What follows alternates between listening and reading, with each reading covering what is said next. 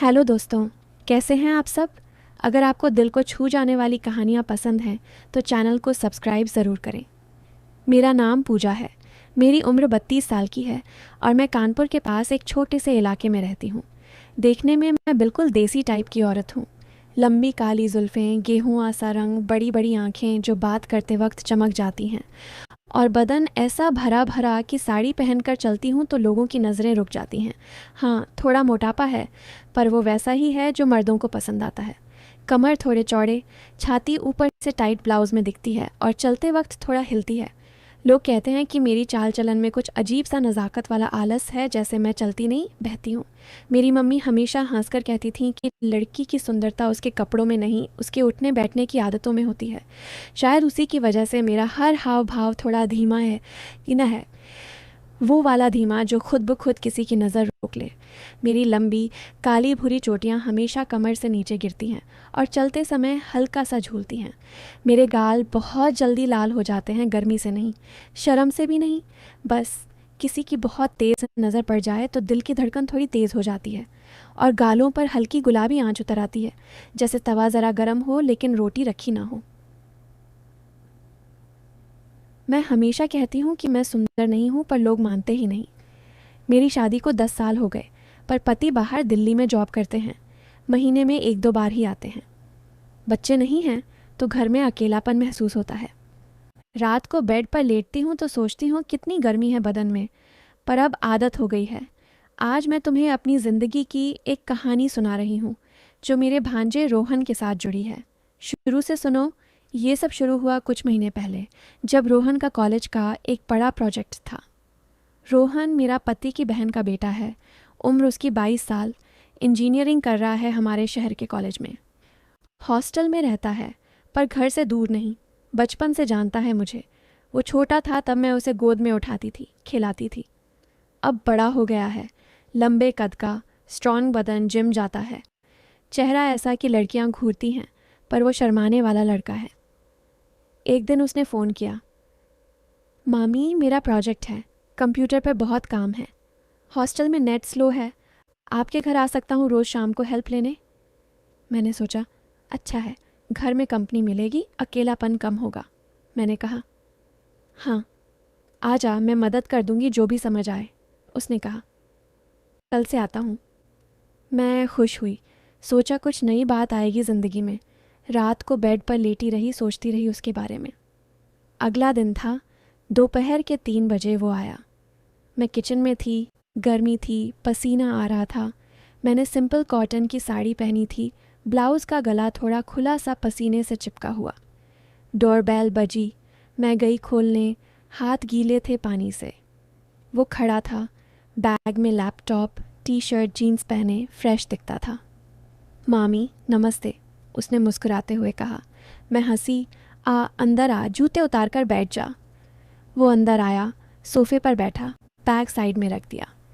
मैं किचन से ठंडा पानी लाई, ग्लास दिया और उसके पास बैठ गई।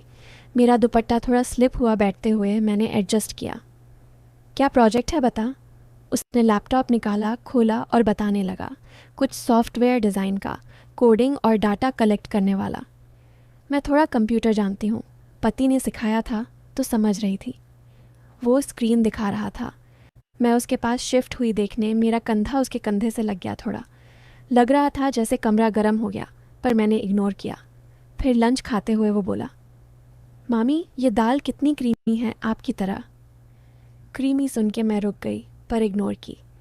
उसके बाद हम मार्केट नहीं गए, लेकिन घर पर ऑनलाइन शॉपिंग करने बैठ गए। वो लैपटॉप पर दिखा रहा था क्लोथ्स। मामी ये ड्रेस आप पर अच्छी लगेगी, टाइट वाली। मैं बोली, मैं ऐसी नहीं पहनती। पर वो झूम करके दिखाता, देखो फिगर हाईलाइट करती है। मामी ये पार्ट समझ आ रहा है, उसने पूछा। मैंने कहा, हाँ यहाँ से ऐसे कर, डाटा एंट्री आसान होगी। वो कोड लिख रहा था, मैं सजेस्ट कर रही थी, टाइम गुजर रहा था। 4 बजे मैंने कहा, चाय पिएगा रोहन। वो बोला, हाँ मामी, आपकी हाथ की चाय तो जैसे अमृत है। मैं किचन गई चाय बनाने। वो पीछे आया, मामी मैं मदद करूं, शुगर निकाल लूं। मैंने कहा, नहीं तू बैठ। पर वो खड़ा रहा, शेल्फ से शुगर जार निकालने लगा। उसका हाथ ऊपर उठा, मेरा पास से गुजरने में बदन से टच हो गया गलती से। मेरा दिल थोड़ा धड़का, लग रहा था जैसे करंट सा लगा, पर हंसी। सॉरी मामी, उसने शर्मा कर कहा। मैंने कहा, कोई बात नहीं। चाय बनाकर लाई, हम टेबल पर बैठ गए, लैपटॉप के पास। मामी, आप फ्रेश लग रही हो। ये स्मेल क्या परफ्यूम है? मैं बोली, सिर्फ साबुन की है। पर वो पास आके सूंघने लगा। वाह मामी, आपकी खुशबू अलग ही है। चाय पीते हुए बातें शुरू हुईं, उसके कॉलेज की, फ्रेंड्स की। उसने कहा, मामी, आप इतनी यंग और ब्यूटीफुल दिखती हो। कॉलेज में होती तो सब लड़के आपके पीछे होते। मेरा चेहरा गर्म हुआ। हंसी। चुप पगले, मैं तो अब आंटी हो गई हूँ, वो बोला।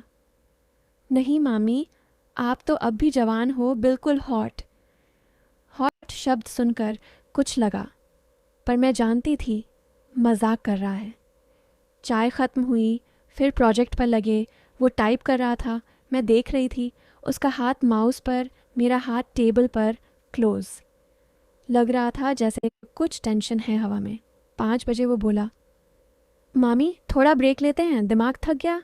मैंने कहा, हाँ टीवी चला ले, कुछ देख ले। हम टीवी ऑन किए, न्यूज़ चैनल आ रहा था, बातें चली दुनिया की, पॉलिटिक्स की, फिर गांव की यादों पर आ गए। उसने कहा, मामी बचपन में आप मुझे गोद में उठाती थीं, खिलाती थीं, याद है? मैं हंसी। हाँ, तू इतना प्यारा बच्चा था। वो बोला, अब मैं बड़ा हो गया हूँ, अब मैं आपको गोद में उठा सकता हूँ, ट्राई करूँ? मैं हंसकर बोली, चल हट, इतनी ताकत है तेरे में। वो मजाक में उठने लगा, जैसे हाथ मेरे तरफ बढ़ाए, पर सिर्फ हंस रहे थे, टच भी नहीं हुआ। फिर प्रोजेक्ट पर वापस लगे। शाम के 6 बजे वो बोला, मामी अब जाता हूँ। मैंने कहा, रुक, खाना खाकर जा, टाइम हो गया है। वो राज़ी हो गया। मैं किचन गई रोटी सब्ज़ी बनाने। वो आया मदद करने। मामी, मैं आटा गूंथ लूँ? मैंने कहा, लड़के आटा गूंथते हैं क्या? वो बोला, क्यों नहीं, मैं सीख लूँ आपसे, आपके हाथ से सीखना मज़ा आएगा। वो आया, आटा बाउल में डालकर गूंथने लगा, मेरे पास खड़ा। मेरा हाथ उसके हाथ पर लग गया सिखाते हुए। ऐसे गूंथ, गोल गोल। क्लोज थे हम, सांस महसूस हो रही थी। लग रहा था जैसे गर्मी बढ़ गई किचन में। रोटी बनी, सब्ज़ी तैयार, हम टेबल पर बैठ गए खाने। खाते हुए बातें चलीं, उसके फ्यूचर की, जॉब की। उसने कहा, मामी आप मेरे लिए इंस्पिरेशन हो, आप इतनी स्ट्रांग हो, अकेली रहती हो। मैंने कहा, ज़िंदगी सिखाती है। वो बोला, मामी आपकी स्माइल कितनी स्वीट है, जैसे मीठा खाने से ज़्यादा। हंसी आई। खाकर वो बर्तन धोने मदद की। हाथ साथ में पानी में टच हो रहे थे गलती से। 8 बजे वो चला गया, बाय बोलकर। कल फिर आऊँगा मामी। मैं दरवाज़ा बंद करके सोफ़े पर बैठी, सोच रही थी कितना अच्छा लड़का है, पर उसकी बातें थोड़ी अलग लग रही थीं, जैसे प्यार वाली। रात को बेड पर लेटी रही, यादें आ रही थीं। अगला दिन भी आया वो, सेम टाइम, दोपहर के 3। मैं तैयार थी, नई साड़ी पहन ली थी, लाल वाली। सोचा घर में अच्छा लगेगा। वो आया, नज़र डाली। मामी आज तो आप बिल्कुल दुल्हन लग रही हो, रेड सूट करता है आप पर। मैं शर्माई। बेटा बस ऐसे ही पहन ली, जैसे कम्प्लीमेंट बदन पर। फिर प्रोजेक्ट शुरू। इस बार बालकनी में बैठ गए, हवा लेते हुए, लैपटॉप ऑन, काम करते हुए बातें। उसने कहा, मामी आपकी आंखें कितनी डीप हैं, देखकर डूब जाने का मन करता है। मैं हंसी। पगल, तू भी हैंडसम है, लड़कियां क्यों नहीं पटाती?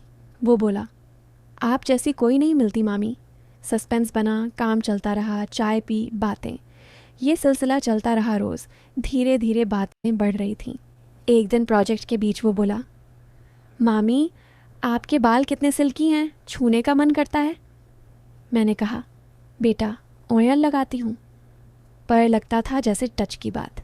फिर एक दिन घर के ऊपर वाले कमरे में साफ़ सफाई कर रही थी मैं। वो आया मदद करने।